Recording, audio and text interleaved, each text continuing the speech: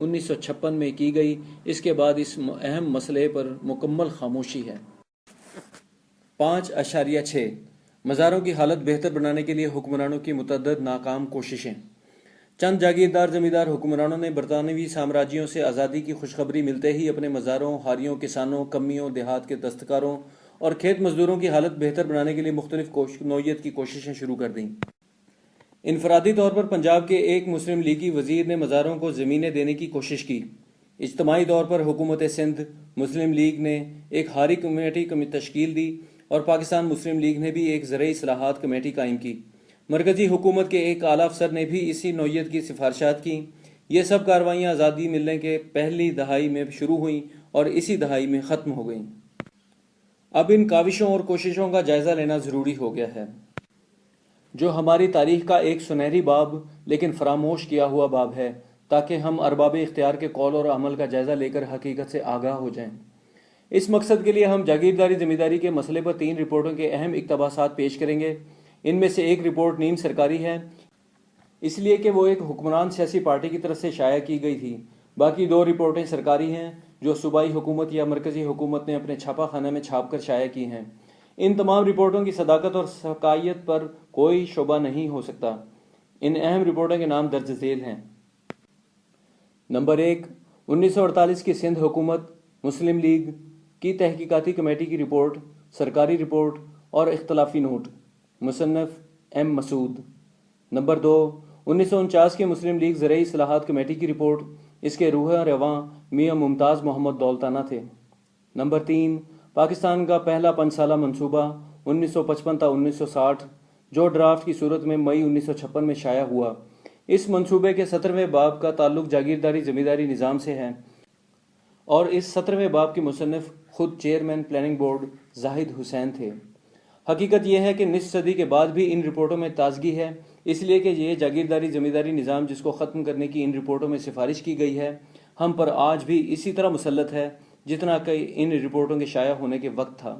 ये तमाम रिपोर्टें हकीकत हाल की अक्कासी के साथ साथ हमारे जागीरदार हुक्मरानों के अक़वाल और वादों के अमल में तज़ाद का सबूत भी पेश करती हैं।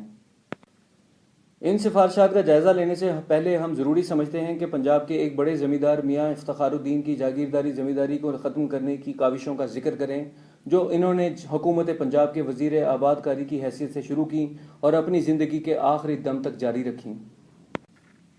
5.7 मियाँ इफ्तिखारुद्दीन, हयात 1907 ता 1960, वजारत 1947 की कोशिश के पाकिस्तान में मतरूका ज़रई ज़मीनें खुद काश्त किसानों को दी जाएं। अगस्त 1947 में पाकिस्तान बना। इसी महीने में भारत और पाकिस्तान में कत्ल गारत गरी और तबादला आबादी ने भी जोर पकड़ लिया। भारत से लाखों की तादाद में मुसलमान मज़ारा और किसान और इनके साथ मुसलमान ज़मींदार भी पाकिस्तान पहुँच रहे थे। पाकिस्तान से हिंदू और सिख मज़ारा और हिंदू और सिख ज़मींदार भारत का रुख कर रहे थे, यानी मजबूरन नकल मकानी हो रही थी, जो कत्ल गारत गरी के साथ साथ थी।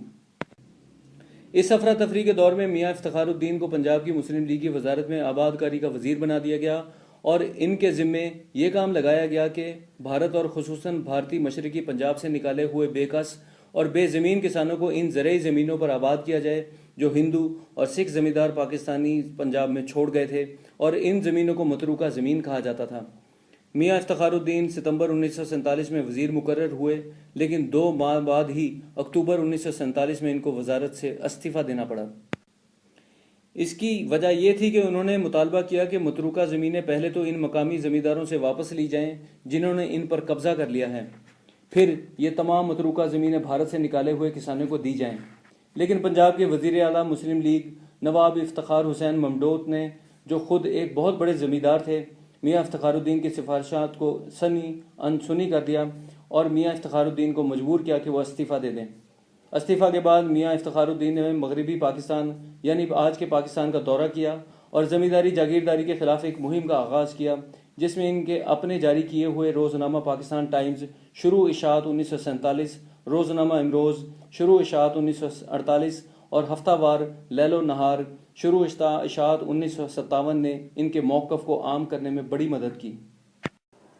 पाकिस्तान के हुक्मरानों को ये सब नामंजूर था, चुनांचे मुस्लिम लीग के रहनुमाओं ने 1951 में मियाँ इफ्तिखारुद्दीन को मुस्लिम लीग से भी निकाल दिया اور 1958 میں جب جاگیرداروں زمینداروں نے جمہوریت کو خیر آباد کہہ کر پورے ملک میں ایک ملٹری ڈکٹیٹرشپ نافذ کی تو جنرل محمد ایوب خان 1958 تا 1968 نے اپنی آمرانہ حکومت قائم کرتے ہی میاں افتخار الدین کی قائم کردہ کمپنی پروگریسو پیپرز لمیٹڈ کی ملکیت میں ان تینوں جریدوں کو جبری طور پر ضبط کر کے سر بازار نیلام کر دیا۔ اس طرح 1959 میں پنجاب کے اس روشن خیال زمیندار لاہور کے ایچیسن کالج اور آکسفورڈ یونیورسٹی کے ایک گریجویٹ پر پاکستان کی فیوڈل سوسائٹی کی تلخ حقیقت واضح ہو گئی کہ فیوڈل حکمران فیوڈلزم کے خلاف ایک لفظ بھی سننا پسند نہیں کرتے، نہ پڑھنا اور نہ ایسی مطبوعات کو شائع ہونے دیں گے۔ جنرل ایوب نے 1959 میں اپنی زرعی اصلاحات کا اعلان بھی کیا، جس کا بڑا مقصد ان زمینداروں کو ذکر پہنچانا تھا جو حکمرانوں کے خلاف تھے۔ اس زمرے میں میاں افتخار الدین بھی آئے، لیکن میاں افتخار الدین نے جنرل ایوب کی زرعی اصلاحات کو بخوشی قبول کیا اور اس رعایت سے فائدہ نہیں اٹھایا جو جنرل ایوب نے سب زمینداروں کو دی تھی کہ وہ اپنی زمینیں اپنے قریبی رشتہ داروں کے نام منتقل کر کے انہیں محفوظ کر لیں۔ نوٹ: جنرل ایوب کی زرعی اصلاحات کی تفصیلات چھٹے باب میں پیش کی گئی ہیں۔ 1945 میں نوجوان میاں افتخار الدین نے قومیت پرستی کے جذبے سے سرشار ہو کر پنجاب کانگریس کی صدارت سے استعفیٰ دیا اور مسلم لیگ میں آئے۔ انہوں نے 1946 کے الیکشن کے دوران اور بعد میں بھی مسلم لیگ اور مطالبہ پاکستان کو تقویت دینے کے لیے کوششیں کیں اور پاکستان بننے کے بعد زمینداری ختم کرنے کی مہم چلائی تاکہ پاکستان نئے دور میں داخل ہو سکے۔ انہوں نے عملی کام یہ کیا کہ پاکستان میں جمہوری طاقتوں کو بیدار کرنے کے لیے انگریزی اور اردو اخبار جاری کیے۔ جس پاکستان سے میاں افتخار الدین کو والہانہ محبت تھی، اس پاکستان کے جاگیردار زمیندار حکمرانوں نے اپریل 1959 میں انہیں ان کی مطبوعات کی کمپنی سے محروم کر کے ایسا صدمہ پہنچایا جس کی وہ تاب نہ لا سکے۔ 3 سال بعد 6 جنوری 1962 کو میاں صاحب کا باعرضہ قلب انتقال ہو گیا۔ مرحوم نے صرف 55 سال کی عمر پائی۔ میاں افتخار الدین نے زمینداری جاگیرداری ختم کرنے کا مطالبہ جاگیرداروں زمینداروں کی ہر محفل میں کیا۔ صوبائی اسمبلی میں، دستور ساز اسمبلی میں، نیشنل اسمبلی میں اور پریس کانفرنسوں میں جاگیرداری زمینداری نظام کو ختم کرنے کا مطالبہ اس وقت سے پیش کرنا شروع کر دیا تھا جس وقت ایم مسعود کی تحریر کردہ ہاری رپورٹ شائع بھی نہیں ہوئی تھی اور مسلم لیگ نے زرعی اصلاحات کمیٹی قائم بھی نہیں کی تھی۔ اس طرح میاں افتخار الدین پاکستان کی تاریخ میں پہلے بااثر شخص تھے جنہوں نے اس موذی نظام کو ختم کرنے کے لیے آواز بلند کی۔ یہی ان کا تاریخی کارنامہ ہے۔ 5.8 حکومت سندھ مسلم لیگ کی قائم کردہ ہاری تحقیقاتی کمیٹی کی رپورٹ اور اس کی سفارشات کا انجام۔ سندھ کے ہاریوں کی زبوں حالی پر سب سے پہلا سرکاری کمیشن 1947 میں ہی قائم کر دیا تھا۔ یہ دراصل قائد اعظم کی ہدایت تھی کہ مسلم لیگ کو سندھ کے ہاریوں کی فلاح و بہبود کے لیے مستعد ہونا چاہیے۔ 1946 کے الیکشن کے دور میں مسلم لیگ نے ہاریوں کی فلاح و بہبود کا وعدہ کیا اور سندھ ہاری کمیٹی بھی قائم کر دی تھی جس کا ذکر ہم چوتھے باب میں کر چکے ہیں۔ افسوس، الیکشن میں کامیابی کے بعد سندھ کی مسلم لیگی حکومت نے ان وعدوں کو یکسر بھلا دیا۔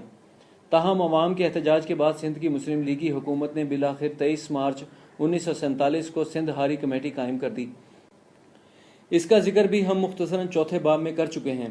یہاں ہم اسی سندھ ہاری تحقیقاتی کمیٹی کی اکثریتی ممبران کی، یعنی جو سندھ کے جاگیردار زمیندار حکمرانوں کا موقف بیان کر رہے تھے، تحریروں کا موازنہ اس کمیٹی کے ایک ممبر ایم مسعود کی تحریروں سے کریں گے۔ خصوصاً مندرجہ ذیل 3 اہم نقطوں پر ہم دونوں رپورٹوں، سرکاری رپورٹ اور اہم مسعود کے اختلافی نوٹ کے فرق پر روشنی ڈالیں گے۔ 1. سندھ کے ہاریوں کی حالت۔ 2. سندھ کے ہاریوں کی غربت اور زبوں حالی۔ 3. سندھ کے ہاریوں کی غربت ختم کرنے کے لیے چند ضروری اقدامات، اور بعد میں ہم یہ بھی بتائیں گے کہ اس رپورٹ کی سفارشات کا حکومت سندھ نے کیا کیا۔ اس کمیٹی کے ذمہ سندھ حکومت نے مندرجہ ذیل موضوعات پر تحقیقات کرنے اور سفارشات پیش کرنے کا حکم صادر کیا تھا۔ 1. ہاریوں کی مبینہ شکایتیں۔ 2.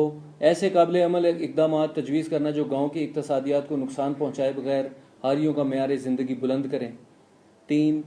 اور اگر ہاریوں کو کچھ حقوق دینے کی سفارش کی جائے تو زمینداروں کے حقوق کی حفاظت کے لیے بھی مؤثر اقدامات اور تجاویز پیش کی جائیں۔ سندھ حکومت نے نہایت سوچ سمجھ کر کمیٹی کو یہ احکامات دیے تھے کہ جاگیرداروں زمینداروں کو کوئی نقصان نہ پہنچے اور غربت زدہ ہاریوں کو بھی تسلی ہو جائے کہ مسلم لیگی حکومت سچ مچ ان کی بہبود کا سوچ رہی ہے، تاکہ آنے والے الیکشن 1946 میں مسلم لیگ کو فتح نصیب ہو، اور اسی احتیاط سے کام لے کر سندھ حکومت نے اس کمیٹی کے ممبر نامزد کیے۔ हारी तहकीकाती कमेटी के सदर एक अंग्रेज़ और सिंध के एक बड़े जागीरदार जमींदार सर रॉजर थॉमस नामजद किए गए। सिंध हुकूमत के एक अफसर और मकामी जमींदार जागीरदार M. A. सिद्दीकी और सिंध हुकूमत के एक दूसरे अफसर लाड़काना के कलेक्टर M. मसूद इस तहकीकाती कमेटी के मेंबर मुकर्रर हुए। कुछ दिनों बाद ही सिंध हुकूमत पर यह अक़दा खुल गया कि M. मसूद अपनी हमदर्दियाँ मुकम्मल तौर पर हारियों के साथ रखने पर तुले हुए हैं। इसलिए सिंध हुकूमत ने सिंधी जागीरदारों जमींदारों के मफाद की हिफाजत को यकीनी बनाने के लिए G. S. कहर, जो सिंध के एक जागीरदार जमींदार थे, कमेटी का एक तीसरा मेंबर नामजद कर दिया ताकि M. मसूद इस कमेटी में हमेशा अक़लियत में रहें। सर रॉजर थॉमस की सदारत में तैयार की हुई रिपोर्ट, जो 4 हिस्सों पर मुश्तमिल है, सदर के अलावा 2 मेंबरों ने दस्तखत कर दिए, लेकिन तीसरे मेंबर M. मसूद ने सिर्फ तीसरे और चौथे हिस्सों पर दस्तखत किए। पहले और दूसरे हिस्सों के लिए M. मसूद ने खुद एक रिपोर्ट तैयार की। चूँकि इस पर सिर्फ इन्हीं के दस्तखत थे, इसलिए सिंध हुकूमत ने इसको इख्तलाफी नोट करार दिया और इस इख्तलाफी नोट को हारी तहकीकाती रिपोर्ट के साथ शाया करना भी गवारा नहीं किया। लेकिन जब ये इख्तलाफी नोट शाया हो गए तो कौम ने इसी को असल हारी रिपोर्ट करार दिया, इसलिए कि सिर्फ M. मसूद ने हकीकत की अक्कासी की थी।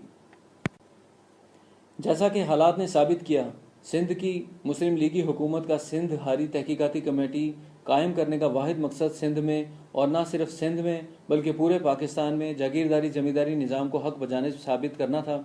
इस अहम कमेटी के सेक्रेटरी के ओहदे के लिए जनाब आगा शाही, एक ICS अफसर को नामजद किया गया, जिन्होंने ये काम इतनी खूबी से किया कि इनको कुछ सालों के बाद पाकिस्तान का वज़ीर भी बना दिया गया और इनको वजारत ख़ारजा का अहम कलमदान सौंपा गया। आगा शाही अभी बकीद हयात हैं, हुक्मरानों की मंजूर नज़र हैं और गाहे गाहे मुख्तलिफ मौज़ूआत पर बयान देते रहते हैं। हुकूमत सिंध के अवाम और पूरे पाकिस्तान के अवाम के ख़िलाफ़ इस साजिश को M. मसूद ने बेनकाब किया, जिसके लिए पाकिस्तान के अवाम तो इनके शुक्रगुजार हैं, लेकिन पाकिस्तान के जागीरदार ज़मींदार इनके दुश्मन बन गए। ताहम M. मसूद ने ज़िंदगी के आखिरी दम तक जागीरदारी ज़मींदारी निज़ाम की मुखालफत जारी रखी। इसलिए अब ज़रूरी है कि हम M. मसूद की तहरीर का मुवाजना सिंध हारी तहकीकाती रिपोर्ट से करें, यानी वो रिपोर्ट जिसको सिंध हुकूमत ने सरकारी रिपोर्ट करार देकर जारी किया और मंजूर किया। पहले सरकारी हारी रिपोर्ट पर एक निगाह डालिए।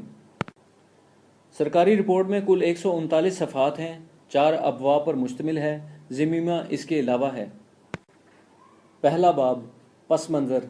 इस बाब में मुख्तलिफ उन्वान ये हैं: हारी एक मज़ारा जो फसल का हिस्सादार है, ज़राअत में बटाई सिस्टम की वजह से हारी एक आर्जी मज़ारा है। दूसरा बाब, बटाई सिस्टम में इस्लाहात।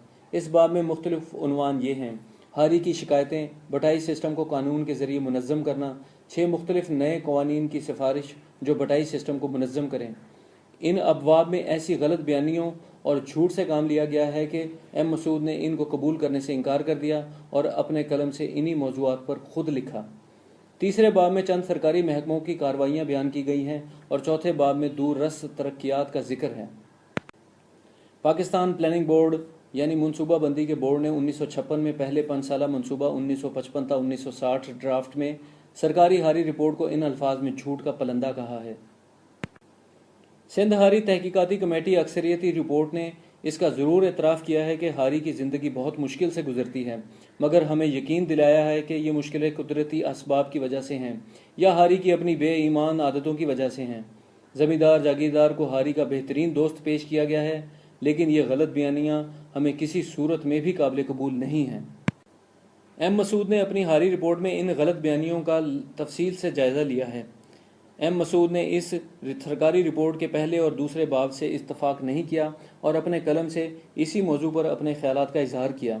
M. मसूद ने ऐसा क्यों किया, इसके लिए चीदा नुक्तों पर M. मसूद और सरकारी रिपोर्ट का मुवाजना करना ज़रूरी है। हारी क्या है? M. मसूद के कलम से हारी की अलमनाक ज़िंदगी का खाका हम चौथे बाब में पेश कर चुके हैं और वो ये है: सिंध के हारियों की हालत ग़ुलामों से बेहतर नहीं। हारी अगरचा इंसान हैं और सुधाए हुए जानवरों के मानंद चुपचाप काम करते हैं, लेकिन इनको ना तो सहूलत हासिल है और ना ही इनके इंसानी हकूक़ को तस्लीम किया जाता है। अब इन्हीं हारियों की मुतल्लिक सरकारी रिपोर्ट में ये कहा गया है: हारी ज़रई मज़दूर है जिसकी अपनी ज़मीन नहीं है। वो अपनी मजदूरी के बदले फसल का हिस्सादार बनता है। अपनी मेहनत और बैलों के इवज़ इसको कानूनन फसल का आधा हिस्सा मिलता है, लेकिन वो बीज और ज़राअत के जुमला औजार भी मुहैया करता है اور ان زمینوں پر جن کو جوتنے کی زمیندار جاگیردار نے اجازت دی ہے تمام کاموں کی ذمہ داری سنبھالتا ہے۔ جاگیردار زمیندار ہاری سے نقد کرایہ وصول نہیں کرتا، ہاری زمین کا کرایہ فصل کے ایک حصے کی صورت میں ادا کرتا ہے۔ یاد رہے، بٹائی جاگیرداری زمینداری نظام کی بنیاد ہے۔ بٹائی یعنی فصل، اناج اور اناج علیحدہ کرنے کے بعد جو بھوسا باقی رہ جاتا ہے اس کی تقسیم بھی کے متعلق سرکاری ہاری رپورٹ رقم تراز ہے۔ بٹائی یعنی وہ طریقہ کار جس کے ذریعے زمین کے نقد کرائے کے بجائے فصل کے ایک حصے کے بدلے مزاروں کو زمین دی جاتی ہے، صرف سندھ میں ہی نہیں بلکہ پورے پاکستان میں رائج ہے۔ اصولی طور پر ہاری کا حق فصل کے آدھے حصے پر ہوتا ہے، مگر ہاری کے نصف حصے میں سے بھی جاگیردار زمیندار مزید حصہ کاٹتا ہے، جس کو زمیندار جاگیردار نے ابواب کا نام دے رکھا ہے۔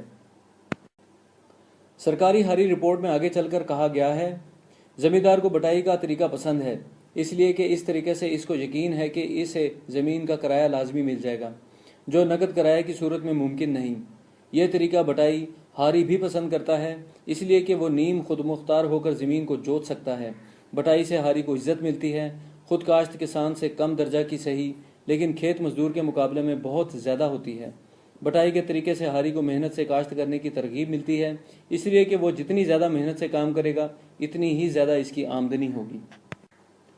ان جیسی غلط بیانیوں اور ایسی ہی خرافات سے سرکاری رپورٹ بھری ہوئی ہے، جس پر ایم مسعود نے دستخط کرنے سے انکار کر دیا تھا۔ بٹائی کے متعلق ایم مسعود نے لکھا، جب فصل پک کر تیار ہو جاتی ہے تو جاگیردار کا ظالم منشی کامدار نازل ہو جاتا ہے اور حکم دیتا ہے کہ فصل کو جاگیردار کی مقرر کی ہوئی جگہ پر منتقل کر دیا جائے۔ وہاں پر اس فصل کو ہاری اس وقت تک ہاتھ نہیں لگا سکتا جب تک بٹائی نہ ہو جائے۔ پورا سال ہاری محنت کرتا ہے اور جب فصل پک کر تیار ہو جاتی ہے وہ اسے دیکھتا ہے اور آہ بھر کر رہ جاتا ہے، کیونکہ اسے معلوم ہے کہ فصل کا بیشتر حصہ زمیندار اٹھا کر لے جائے گا۔ ہاری کو کتنا ملے گا یہ فیصلہ خود زمیندار جاگیردار کرتا ہے۔ زمینداروں کے اپنے بنائے ہوئے اور غیر لکھے ہوئے قانون کی روح سے ہاری کو فصل کا آدھا 50% ملنا چاہیے، جبکہ ہاری بیج، ہل اور جوتنے کے لیے بیل بھی خود لاتا ہے، لیکن جاگیردار زمیندار تو خداوند کا درجہ رکھتا ہے۔ اس ظالم کو فصل اور بھوسے کا مزید حصہ درکار ہوتا ہے، جس کو وہ ابواب کہتا ہے۔ ایم مسعود کی زبانی سنیے۔ جاگیردار کا نمائندہ بٹائی کرتا ہے، لکھا ہوا قانون نہیں، لیکن روایتی طور پر فصل میں مالک اور مزارہ برابر کے حصہ دار ہیں۔ اب ہاری کے حصے میں سے غیر قانونی کٹوتیاں ہوتی ہیں، جنہیں ابواب کہا جاتا ہے۔ یہ ابواب جو بہت عرصہ پہلے پشتوں سے موجود جاگیردار کے باپ دادا کی جانب سے لگائے گئے تھے۔ یہ قدیم جاگیردار جنہوں نے ابواب لگائے بہت بڑے طاقتور جاگیردار تھے، جن کی مخالفت کرنا اس وقت کے مقابلتاً زیادہ پسے ہوئے ہاریوں کے بس کی بات نہیں تھی۔ حتیٰ کہ اگر آج بھی کوئی جاگیردار ان ابواب میں اضافہ کرے، کوئی نئی کٹوتی لگانا چاہے، تو غریب ہاری کیوں کر اس کی مخالفت کر سکتا ہے؟ ان کا تو کہا قانون ہوتا ہے، وہ جب چاہیں کوئی نیا طریقہ رائج کر سکتے ہیں۔ ابواب کی جو روایت چلی آ رہی ہے اس کی پشت پر صرف جاگیردار کی قوت ہے۔ ہاری نے اسے رضاکارانہ طور پر قبول نہیں کیا، وہ بے بس ہے، اسے کہیں سے بھی مدد یا رحم کی توقع نہیں، لہٰذا اسے تسلیم کرنا پڑتا ہے۔ ہمارے بے بس ہاری کو بالآخر فصل کا کتنا حصہ ملتا ہے؟ ایم مسعود نے یہ فیصد نہیں بتائی، لیکن دولتانہ رپورٹ نے، جس کا ذکر ہم آگے چل کر کریں گے، ہمیں یہ بتایا ہے کہ بعض علاقوں میں مزاروں کو فصل کا صرف 10% حصہ ملتا ہے۔ ایم مسعود ہاری کی مالی مشکلات کے متعلق یہ بتاتے ہیں، ابواب کی ادائیگی کے بعد جو بچ رہتا ہے وہ پورے سال تک اس کی کفالت نہیں کر سکتا، پھر اس میں سے گاؤں کے غریب کاریگروں کو بھی دینا پڑتا ہے، مسجد، ملا اور پیر فقیر کو بھی نمٹانا ہوتا ہے۔ نقد آور فصلوں میں سے بٹائی لینے کا سوال اس لیے پیدا نہیں ہوتا کہ ایسی نقد آور فصلیں تو پہلے ہی زمیندار کے پاس قرض کے بدلے گروی رکھی ہوتی ہیں۔ اس طرح ہاری کو کپڑے، لتے، گھر گھرستی اور کھیتی باڑی کے بیلوں کے لیے مستقل طور پر زمیندار سے قرض لینا پڑتا ہے۔ زمین کی پیداوار ان سب چیزوں کے لیے ناکافی ہوتی ہے۔ اس طرح ہاری سال بعد سال محنت کرتا ہے، لیکن قرض لی ہوئی رقم ختم ہونے میں نہیں آتی۔ قرض ایک نسل سے دوسری نسل کو منتقل ہو جاتا ہے، لیکن نجات کی صورت پھر بھی نظر نہیں آتی۔ غرض پاکستان کا مزارع ایک مستقل عذاب میں مبتلا رہتا ہے، جس کو نہ پیٹ بھر کر کھانا ملتا ہے، نہ جسم پر ثابت کپڑے ہوتے ہیں۔ اس کو اور اس کی اولاد کو نہ تعلیم اور بیمار پڑنے پر علاج کی سہولت میسر ہوتی ہے، اور نہ ہی اس کی عورتوں کی عزت و آبرو محفوظ رہتی ہے۔ ہاریوں، مزاروں کی قوت خرید صفر ہو کر رہ گئی ہے۔